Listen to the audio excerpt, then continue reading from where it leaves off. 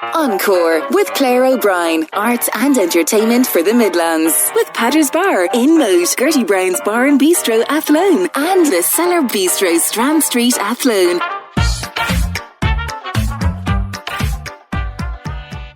Good evening and welcome to Encore, your weekly arts and entertainment show on Midlands 103 with Zoe Ryan. On tonight's show, fashion with a twist, seeing the world through a different lens, paranormal activity, and Ireland's very own queen of pop is coming to the Midlands. All will be revealed in due course, but first, you may be familiar with Junk Couture, but have you heard of Resparkled? Now, when I was in school, Junk Couture, which is a competition where students create outfits from repurposed materials, was very much so in its infancy, and my school decided to run its own version of the event, which was right up my alley.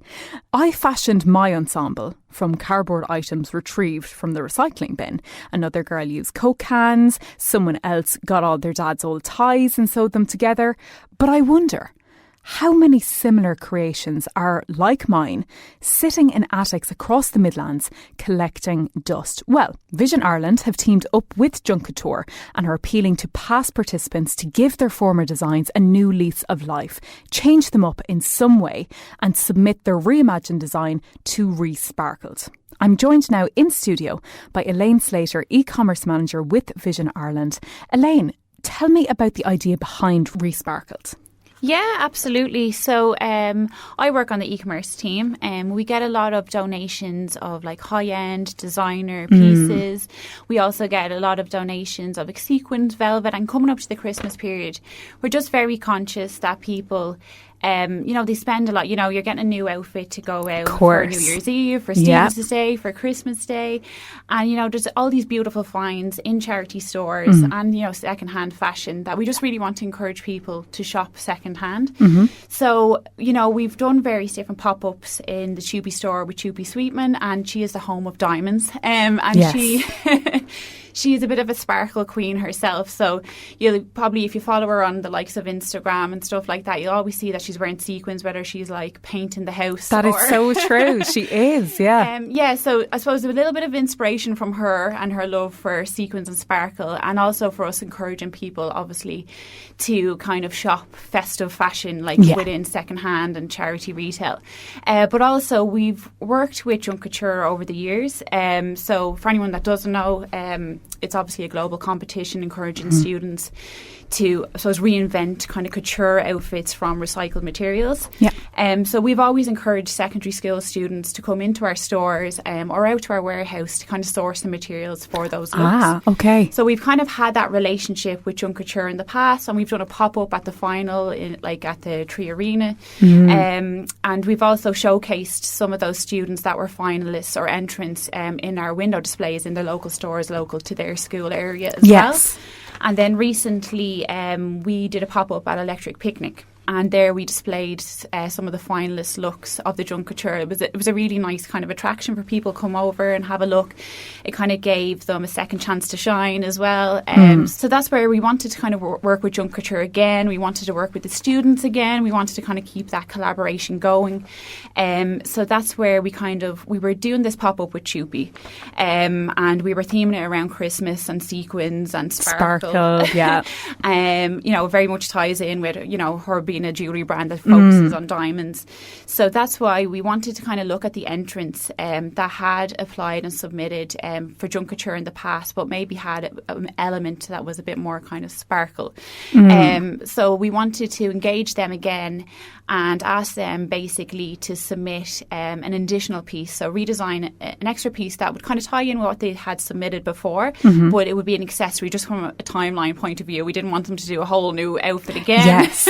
Yeah. So, we really wanted them to submit the likes of like a handbag or a headpiece, some sort of an accessory that would tie in with the look that they'd already submitted as part of the competition. And then what we're going to do then is bring that to the pop-up event where we'll have the finale, which will be hosted in the Tupi store as well. Although this is a media event and it's closed to the public, it'll be mostly just the entrance, media and family and friends of the entrance. At the event, we will be opening up to the public to run a pop-up shop. So post-event, from the 13th to the 15th of November, it'll be open to the public upstairs in the Tupi jewellery store, where you can shop pre-loved Christmas fashion finds. So yeah, that's, it's great to kind of have that opportunity as well. And so when I first read the brief, I thought that you were asking past participants, as I said, to reimagine the entire outfit. And I was going, wow, that's a big undertaking. So it's literally just an accessory, an addition to their previous design. That's what you want. Yeah, exactly. So we're going to display the pieces that, obviously the full piece that they submitted previously to the Junk Couture competition. But in addition to that, then the newly designed piece that will be like an accessory basically to their existing piece. And there would have been a lot of former contestants and indeed winners from the Midlands area. So it's those people that you're reaching out to today, and you're saying, if you have a design at home and you'd like to reimagine it, repurpose it a little bit, submit a new design for it. When it comes to people who are eligible to apply for this piece, you're not going to broaden out the scope and say anyone who's ever entered a design can do it. You've had to curtail it a little bit, I suppose. Otherwise, you could be getting thousands upon thousands of entrants. So for someone to be eligible to be able to apply for this, what years is it that you would have had to enter your original design? Yeah, so I suppose we were looking at the years from 2020 to 2025. Okay. So nobody that's submitting for the global competition for next year, they won't be able to enter those designs. Oh, okay. Because we're trying to keep that separate, obviously keep that for the global competition. But anyone that would have, from 2020 to 2025. And year on year, obviously, you get so many entrants into Junk Couture, but not everybody can be picked and that can go up to the final and showcase their pieces. So is it only people who will say would have been selected previously that you want to hear from? Or if someone would have submitted a design and maybe it didn't make it into those final stages, can they also reapply for this? I think they're normally looking at the ones that would have reached would have been finalists within the competition. Yeah. Just, I suppose, to narrow it down, just because there is so many, unfortunately, and it's quite a tight timeline. Yeah. So it would have been those that would have kind of been finalists as part of the competition. Now, the main event, the Sparkle event, that's taking place in November on the 13th. Yeah. But submissions for these new designs, you're looking for them by October 27th, and your shortlist is going to be released then on the 31st of October. Very spooky. But for that October 27th date, what are you expecting in that submission? Is it a case of the design has to be completed and you want to see pictures of it, or can someone just send in maybe a drawing of the design they plan on making in the coming weeks that they're going to use in their submission? Or, as I said, does it have to be fully completed by the 27th and you want to see photographs of it? What's the submission process? What have people to give in that submission? Yes, they would have to have their piece fully designed, ready to go, and submit a photograph of that piece. Okay. It's just to make it, I suppose, as fair as possible when we're judging it and finalising the shortlist. Yeah. It would have to be the final piece. And then for the submission itself, how do people actually go about sending in a submission? Is there somewhere online that they apply for it? Do they have to get physical printouts of a submission paper and attach physical photos? Or where is it that they go to submit if anybody listening is interested in making a submission? How do they go about that? Yes, so if you go onto the Vision Ireland Retail Instagram and you go into our link tree, you'll see further information on the requirements for the competition, and there will also be a link to a Google Drive which will have a submission form for the Resparkled competition, and within that form they can complete that form with all the details around their design and a photo of their fully designed piece. And now, Elaine, I know you're not on the judging panel yourself, but if you were to give any advice to people who are listening thinking, yeah, I have a piece at home that I think I might be able to reimagine, as you said, give that bit of a sparkle element to it, what would your advice be to them? What would you say would be some good advice as to what direction they should take with their design? I suppose it's probably to really lean into the theme of the event and the theme, like it is resparkled, so we're kind of looking for something that's, maybe it's playing on metallics or, something shiny, something sparkle, but again, obviously ensuring that you're repurposing existing materials, you're not buying anything new. Yes. And then obviously tying it in with the with the piece that they've already created. We don't want to take away from like the stunning piece that they've already created. So making sure that it really ties in both, I suppose, with the theme, but also with the piece that they first designed as well. So that it kind of has that kind of consistency. But but get creative as well. And when it actually comes to what they can use for this new piece, like over the years, I've seen mad materials that you'd never think of being used, like the likes of that green label on a briquette, that kind of tie that's on it. We've seen them woven into outfits. You mentioned about how people would come out to maybe the Vision Ireland kind of store, the warehouse, to maybe get bits of material. So what's your kind of, I suppose, quota for, or kind of credentials that someone has to meet here in order for them to use a material in their design? You said there that it has to be something that's maybe repurposed or secondhand. Yeah, so we're not, I suppose the world is your oyster. So we want people to get creative, reimagine things as well.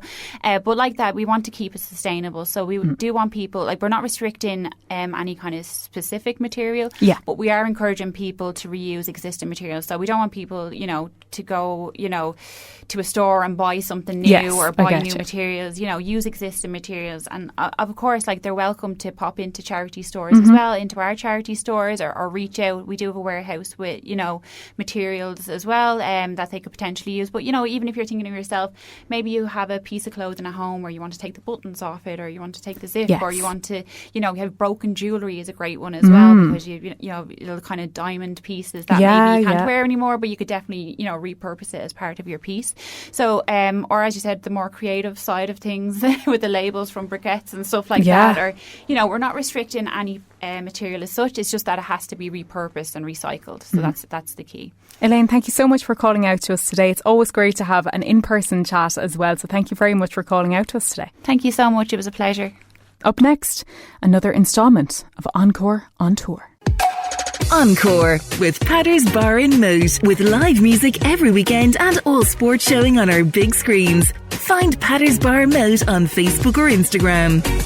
Midlands 103. It is Encore on Midlands 103, and last week I engaged in a bit of Encore on Tour again and headed down to Esker Arts in Tullamore to attend the launch of Through Our Eyes, a collaboration between Awfully Traveller Movement Youth and photographer Tina Claffey. Whilst at the event, I got the chance to chat to Tina and Monica Daly, who's the youth team lead with the group, about the project. The biodiversity officer and myself came together to see what we could do with young travellers. And I'm not 100% sure how, but we came up with this photographic exhibition. I think Ricky might have bounced that off me, and I thought, that's a great idea. It's so long ago, because that happened in March, so it's a long time ago. And and then we said, that's something we could do. Yeah. Tina, the thing that struck me most when I walked in was you would not believe that these photographs were taken, one, by amateurs. And Monica, what was the youngest child that was involved? 7. That's little Lily. And then the oldest is 13. So and they're really more or less all around 9 and 10. So, Tina, as someone who's a professional working in this, what did you think of the results that you got out of it? As I said, they're of such a high quality. I was just really, really proud of them all, really. Each and every one of them did so well. But it was amazing to be asked to be involved in a project like this, because my work is all about slowing down and really seeing what's at our doorstep or at our feet. I specialise in close-up photography, so I try to encourage the kids to look through their phones in a macro way, looking up, going as close as possible as they could. And they were amazed, I think, as well, at what they found right in their back garden, really, in the Tullamore wetlands. And as you said, all of those photographs were captured on smartphones. Why was it that you decided to go with smartphones as opposed to maybe disposables or other forms of traditional cameras? Well, I suppose phones are what all the kids have now, really. And I think it excited them, the fact that they could use a phone, something they use every day, but in a really creative way. So there was 25 images chosen from it. How many photographs did you actually get all together and had to whittle it down from? I'd say there was about 150 photos, maybe. Wow. Yeah, maybe. That we had to whittle it down. It was really a difficult thing to do, but it was a lot of photos. There was a lot of photos taken, using your phone. You will take a lot of photos, but no, it was a difficult decision to make, but we did whittle it down, and we were really delighted, I think, with what we chose. We kind of supported each other. Yeah. Tina, Ricky, and I. We were a great team. I think we were. I have to say, I think we worked well together. Yeah. We did magic. We did. We did the magic. Yeah, we did. And you whittled it down even further then, because you've actually chosen 3 of the pieces that made it through to that final 25 are going on, and they're going to be featured in another exhibition. That's right. 3 were chosen to go into the Offaly Artists exhibition, which opens in November, which is amazing. I mean, it's amazing for these kids to be in such a prestigious place like Esker Arts in the first place. So they're all winners, really. But the 3 we picked had something that little bit special, and so they have the honour of being in this exhibition next month here in Esker Arts. So we're really proud of them.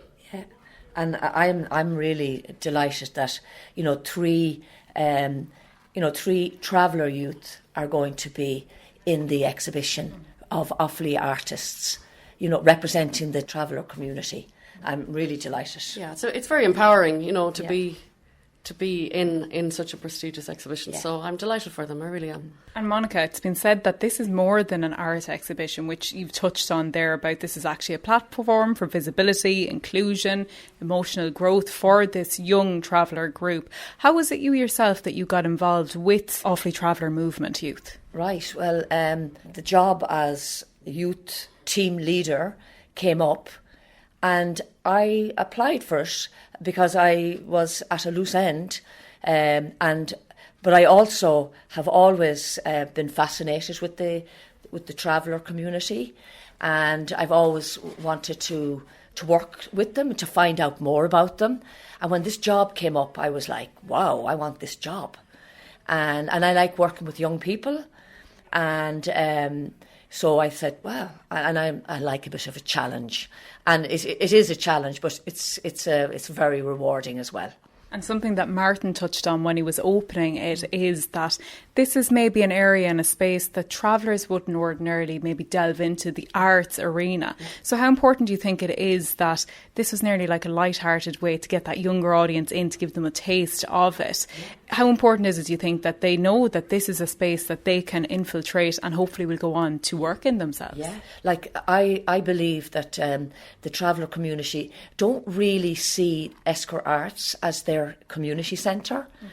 I think it is their centre. I don't think it is their centre, but I think it's really important to get them knowing that the Esker Arts Centre is there for them as much as it is for the next person. And as a group of people, there's a huge amount of talent among the travellers, and it just needs to be tapped into, and it needs to be shown and highlighted. And Tina, something that we spoke about at length beforehand was how you're the local artist that get roped into an awful lot of local projects. For you, what was it like being involved in this project? Really special to be involved in this one, because I think that's what my work is all about, is revealing the unseen. And I think working with this group, we were doing just that. Slowing down, so good for your mental health even to be in nature. And I think that's what my work is all about, is just reviving that love of nature again. So I hope that was the case in this project. But I'm really honoured to be part of it. Well, as we said, there's kind of a double layer to this, isn't there? You're obviously trying to show a younger audience about, as you said, open their eyes up to what's on their doorsteps, looking into nature. But they're also a group that is widely unseen in society, that they tend to keep to themselves, that maybe people, they go unnoticed in the community. So as you said, maybe it's tapping into that as well. Yeah, no, absolutely. That's really was one of the main aims of the exhibition. They need to build up confidence in themselves as well. They have a lot to give, but sometimes they don't know that. And I think tonight is all about them showing the public that they have a lot to give, in the arts world.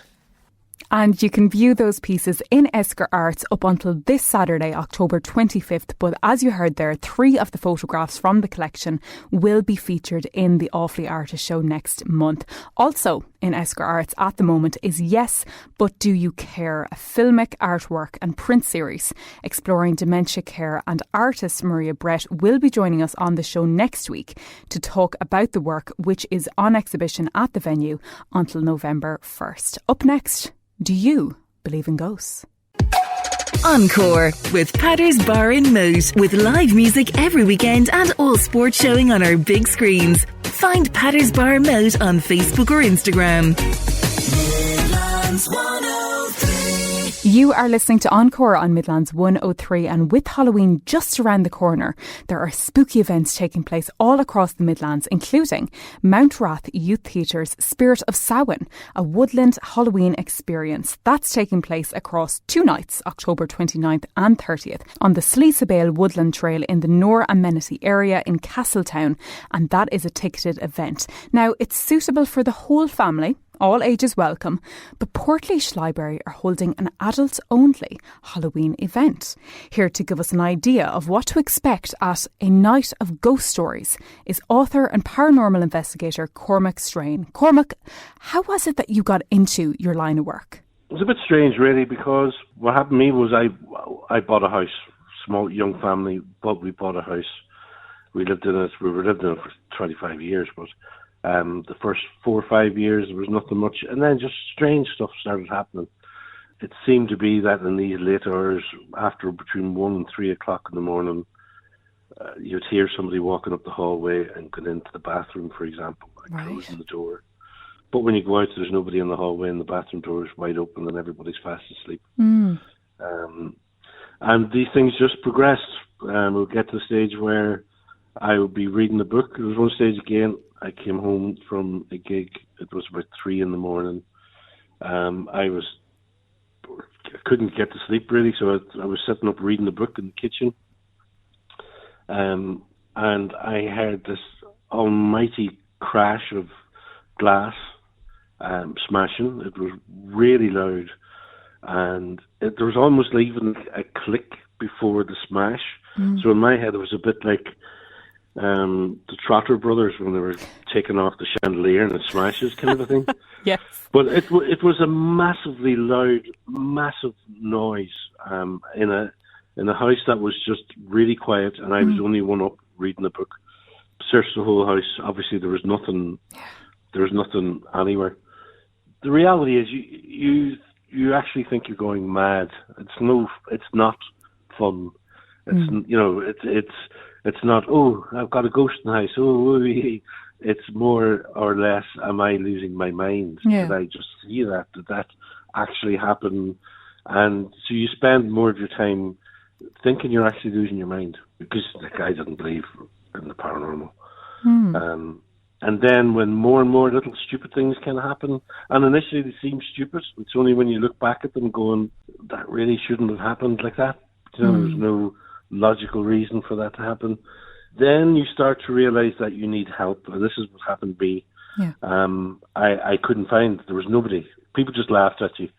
What I found interesting there is that you said that at first you yourself didn't believe in the paranormal, and what you've described there about things, strange things happening that you could put down to loads of different reasons, but we've all encountered things like that. Like I myself, only yesterday evening, I was in the house by myself and I could swear blind that I heard something moving upstairs. So you go, oh, right, I'm going to have to go around the house now. You know, you're tiptoeing around. Like, I don't know why we actually seek out looking for the source, because I'm in the house by myself. If there is someone upstairs, why am I walking into it? But like that, as you say, you'll always put it down to something logical. You'll always say, must have been a window open, something blew in. I must, because as I said, you swear that you did hear it, but you're going, oh, it must have been something else. This is it, and it was the same with us. Your curiosity gets piqued because you're hearing something, and you're just going, that there's no reason for that sound to be there. So rather than be afraid of it, you're kind of going, really, what is causing that? There's never been anything harmful that has ever happened either, so I don't know if it's even something to be afraid of. But that in itself led me then to start a kind of a Leinster Paranormal, is what we called this group, and trying to find reasoning for this. And the more you kind of then, I suppose the more you go and start looking for them, the more you're going to experience this kind of stuff. But your life could be more boring. Exactly. Cormac, getting back to the matter at hand, the night that is coming up to mark spooky season, a night of ghost stories. Tell us for the listeners what that night's going to entail. So it's yourself as well as Emma from the Real Life Ghost Stories podcast that are going to be there at the event, presumably regaling stories like you have been today of your own experiences of paranormal encounters or scenarios. That's going to be basically it. I think we're going to just wing it and just tell stories, really. It would be nice to have interaction, it would be nice to have it as more of a discussion with the audience. Do you know what I mean? We really want to encourage people to involve themselves, and even if they have stories of their own, it's a safe space to tell them, because when people experience these kind of things, it can affect them quite badly because A, nobody believes them. Yeah. B, they don't want to tell anybody because they'd be ridiculed. It seems to be very much, as you said, that whether people believe it or not, sometimes these things happen to them. And for the most part, like that, people go through different phases. They'll probably firstly be going, I must be wrong. I must be imagining it. But the more it happens, they're probably thinking themselves, I'm not. But yet I nearly feel like I can't tell anyone else because like that, they'll think I'm going mad. So when I first saw that this event was happening, I said, this is great, that the kind of people who are real into knowing all about the paranormal, they're going to love going along to this. But maybe it's also an occasion for people who maybe are experiencing things like this, who are just going, am I mad? I need to sense check this by someone else. Maybe it's an occasion for them to come down, have a chat with yourself and Emma and say, this is what I'm experiencing. Have you ever encountered anything like this before? Give me the reassurance. I'm not imagining it. That's the angle that I've always come at this from. It's been two sides of it. One has been an interest in it, but another has, because I know myself, I have real memories of my first thoughts, and they were more scary than ghosts. The idea of thinking you're going mad, or you think in some way that you are somehow losing your marbles, that's a much scarier thing than thinking you've got a ghost in your house. But again, it is, if anybody who is witnessing anything or having their own kind of experiences and haven't been able to tell anybody about them, come along, tell me. We'll document them if we can. It'd be even better. Well, Cormac, it's been a very grounding experience for me. It's put my mind at ease anyways, that if around All Hallows Eve I hear any strange happenings or that in the house, to not be afraid, to just go with it. So thank you for that. And of course, thank you for your time this evening. Thank you very much for having me. And that's taking place in Portlaoise Library on Wednesday, October 29th. Something that guarantees to be equally as haunting is the All Hallows Eve concert taking place in the Church of the Assumption on Friday, October 31st in aid of Awfully Hospice. The programme includes what will no doubt be spine-tingling organ, violin and choral performances. So I'm picturing scenes from the latest season of the Netflix series Wednesday, which I did recently binge watch. Still to come. Are you ready to play chess? Encore with Patter's Bar in Moat, with live music every weekend and all sports showing on our big screens. Find Patter's Bar Moat on Facebook or Instagram. We are into the final segment of tonight's Encore, and I am so excited to introduce my last guest of the night. She beat Beyonce in the polls. Now she's decided to grace us with her presence in the Midlands. It is none other than Cork's very own pop sensation, Lyra. Lyra, thank you so much for joining me this evening. Thank you so much for having me. I'm delighted to be chatting. Absolutely. I said that I would reach out to you because you're currently doing your tour and you're going to be stopping off in a couple of Midlands regions. I am. You know me, when I go on the road, I like to try and visit as many places as I can. We all know there's a living crisis going on, so the cost of going into the big cities and putting yourself up in hotels to see a concert is kind of hard for people nowadays. So I reached out to my team and I said, let's go wherever we can to see as many people across Ireland as we can. So here I am. I love that because the tour is very appropriately titled the Members Only Tour. And I say it's appropriately titled because you are going to be playing some of those arguably smaller venues. I was going to ask you why the reason why you're even entertaining the smaller venues, because because you've played massive venues in the past. But I love that you've said it so that you can bring your music to a wider audience and be more accessible to people. Yeah, exactly. And it was the whole of Ireland that got behind me when I brought out my debut album and got her to #1. So I owe it to people to come and see them, say thanks, and give them the opportunity to come and see me live. I do feel like it's kind of where I shine the most. It's my favourite thing in the music industry is my live performances. So I want everybody to experience it. There will be a time where we will be going on to arena shows and, I will have to only go to the bigger venues. But until then, I want everyone to be able to experience a Lyra show. I love that. And your latest single is called Weird Club. Tell me about that. I love that song. So she kind of came into fruition for years without me even realising. So when I started touring, obviously I'm a little bit weird on stage. I can't dance great, but I love to dance. So I'm always just moving around the stage, probably looking a bit weird, let's say. People get to know me from my chat, and I always say, this is a safe space for everyone. Whether you fit in or whether you don't, tonight everyone's accepted. Welcome to the Weird Club. And I kind of used to say that randomly. And I was in the studio one day and I was like, I've never actually written a song called Weird Club for everyone that has joined my Weird Club. Because I get loads of messages being like, I'm so delighted I'm in the Weird Club.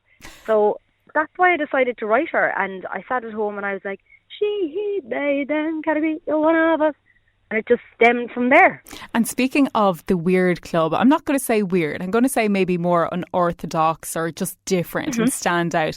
Your fashion is a massive part of, I suppose, the persona that you reflect. And it is a very distinguished style that you have. What are some of your inspirations? Well, obviously, I love Lady Gaga, her earlier days when she was really testing the boundaries with fashion. I loved that. And everyone knows that I am a massive Beyonce fan. I mean, I wasn't a fan of her when I had to go up against her for a #1 album. Sure. But other than that week, I love Beyonce. And she's always serving looks. I mean, hers are designers, the Muglairs and the Alexandra McQueens. Mine aren't there yet. But I love how much fun she has with it. And I suppose for me as an artist, I love when I step out on stage and, people have parted with that hard-earned money and they're coming to see a show. I want to give them everything. So I want to give them the visual of the outfit. I want to give them the best set list that I can compose. I want to give them a lighting show. I want to always change my staging. So having the outfits is very much a part of it. Plus, it's fun. I'm not going to be going around going into Dunn shopping in the outfits I wear on stage. So why not just have fun with it while I am on stage? It's interesting that you've mentioned Lady Gaga there, because when you were talking about the Weird Club and having the fans being a following or a cult of the Weird Club, straight away it came to mind to me about Lady Gaga's Monsters. I mean, that is, if I could reach that with the Weird Club, I'd be delighted. I'd be great. And another thing about you is that there's an awful lot of people, I'm sure you've come across them in your time, I definitely did myself when you were in school, where people just want to get out of this town. They're not extremely, I'd say, what would the word be, proud to be from where they're from. Whereas you're a really proud Cork woman and you love supporting Irish. And one of the designers that I know that you have a number of pieces from is John Maygraw. Now, strangely enough, in a former life of mine, I was actually involved in a thrift-off event where I had to design second-hand fashion. And I was actually pitted against John. Naturally enough, he won. He beat me hands down. But he's actually gone on now to New York and he designs all these pieces. And I know that you wear a lot of his outfits. Yeah, he is fantastic. I was in contact with John years ago and I just saw him online and I was really interested in the shapes that he was creating. Yes, yeah. So I wore one of his looks and, I'm honoured that I have been able to wear a few of them. And like I said, now he's in New York and he's doing stuff for Katy Perry. I think Gaga wore one of his pieces.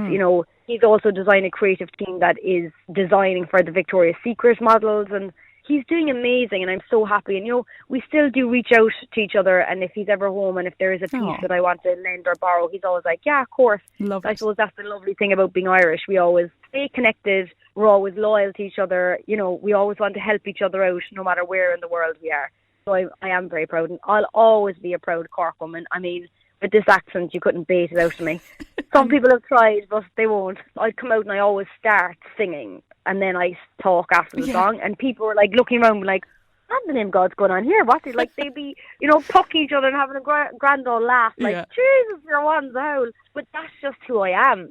I speak like this, and I do love that people, when they come to shows, that they get to know that side of me as well, because, we can all be lost in the facade of the online and the social media and the glitz and the glam and the magazines and, what we put our best foot forward. So it's nice to kind of break that boundary when people are there face to face, and I start talking, I start telling them probably a bit too much about my life, let's be honest with you. And I love that. I love that people are like, wow, she's actually just one of us. I'm like, yeah, I am.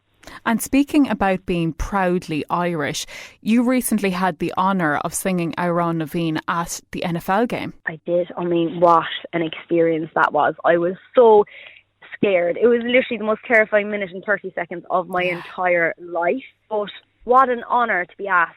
It had been in talks for a while, and the NFL, approached me because they wanted somebody who was going to give them a spectacle, I suppose, and by God, did I deliver.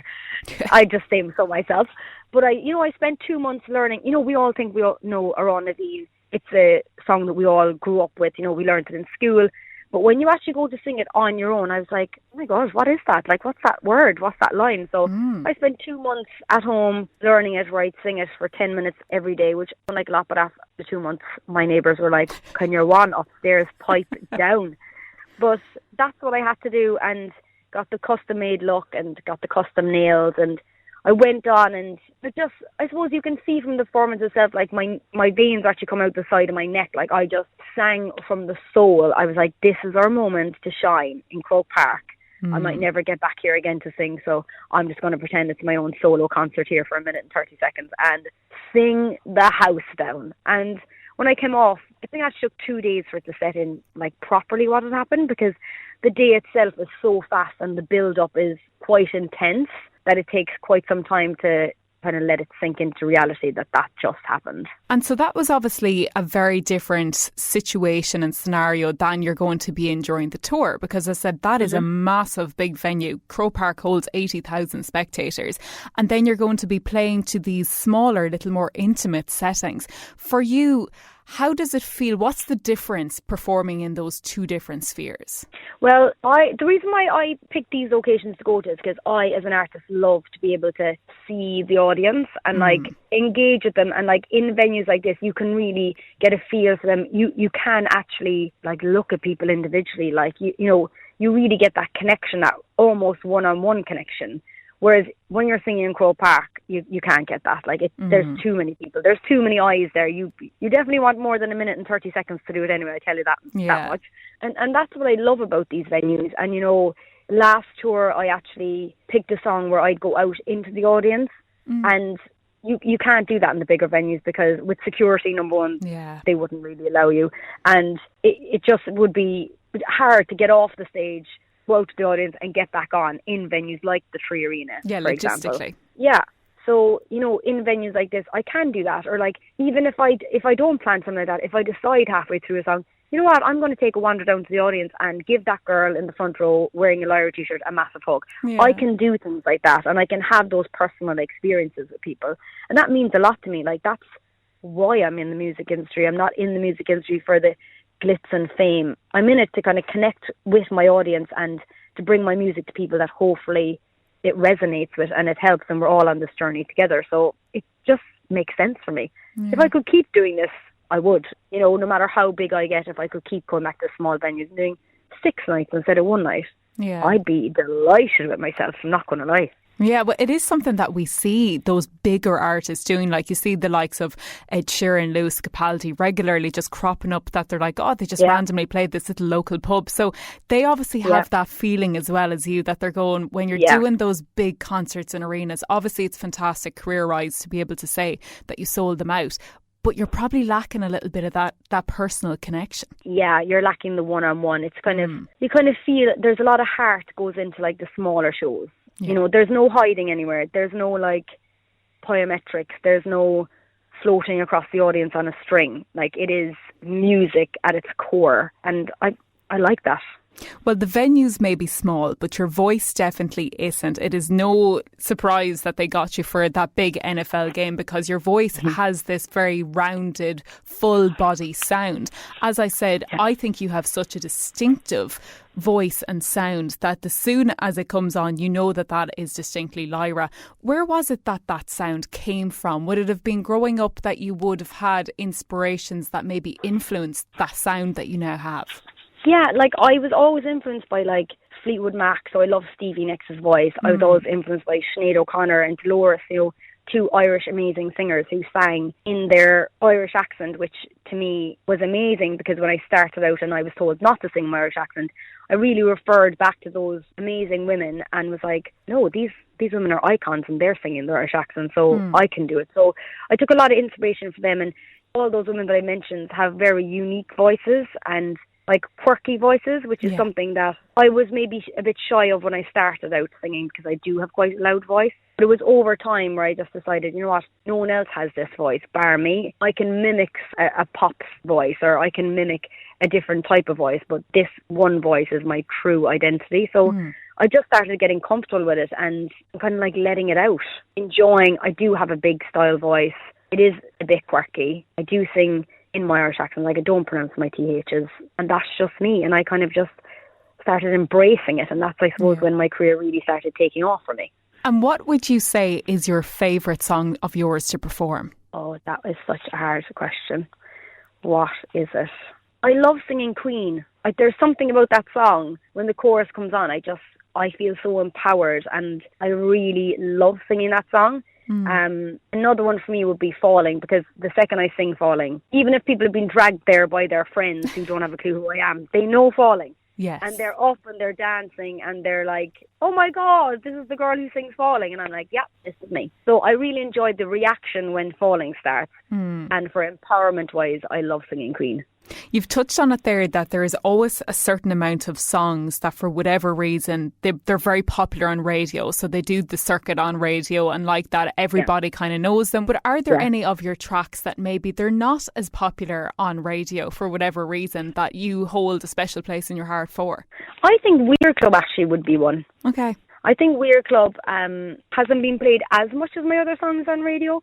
I'm not sure, is it because of the concept of the song or because it is a little bit left? It's a bit more quirky, original than usual, mainstream pop that you hear on the radio stations. But I think it's a great song. Like, it's an anthem for everybody. It's a very inclusive song, and I think it's an extremely powerful message. And I think that song maybe hasn't hit where it belongs at the moment. Yeah. But, anytime I sing it live, the crowd go absolutely wild for it. Okay. So it is a song that is loved, but it's maybe just not getting that kind of like radio feel because it's so different, and it is a track that the lyrics, maybe the radio stations are a bit too scared to play yet.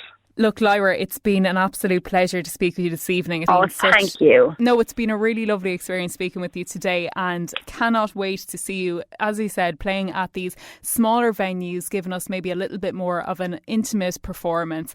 And I can't wait to see what you do with the next album. Thank you. I can't wait. And thanks for all your support. It means a lot to artists, by the way, to have your support. So I do really mean that. Thank you. Absolutely. And this is why I always say it's so important, and we're so fortunate that in the Midlands we have a specific arts and entertainment show where we can speak to artists like yourselves and give them that platform, and to delve a bit more into what I think we don't see about it, that we all hear the music on the radio, but do we ever really hear from the artist to hear the inner workings behind it? So it's lovely to get the opportunity to be able to do that on specialty shows like this. Yeah. Well, anytime, girl, anytime, I'll be available. Fantastic. Lyra, thank you so much. Thank you so much for your time. Thanks, love. And you can catch Lyra in the Tullamore Court Hotel next Thursday, October 30th, and in the Mullingar Arts Centre on November 27th. Tickets can be gotten through Ticketmaster. Speaking of Mullingar, there's a film premiering there tomorrow evening, A Savage Silence, based on a novel by Westmeath author Rory Hafford, will be screened at Mullingar Charity Variety Group if you're interested in popping along to that. That's all for me tonight, but since she said she doesn't feel like it gets the attention it deserves, let's give it some airtime. This is Lyra with Weird Club.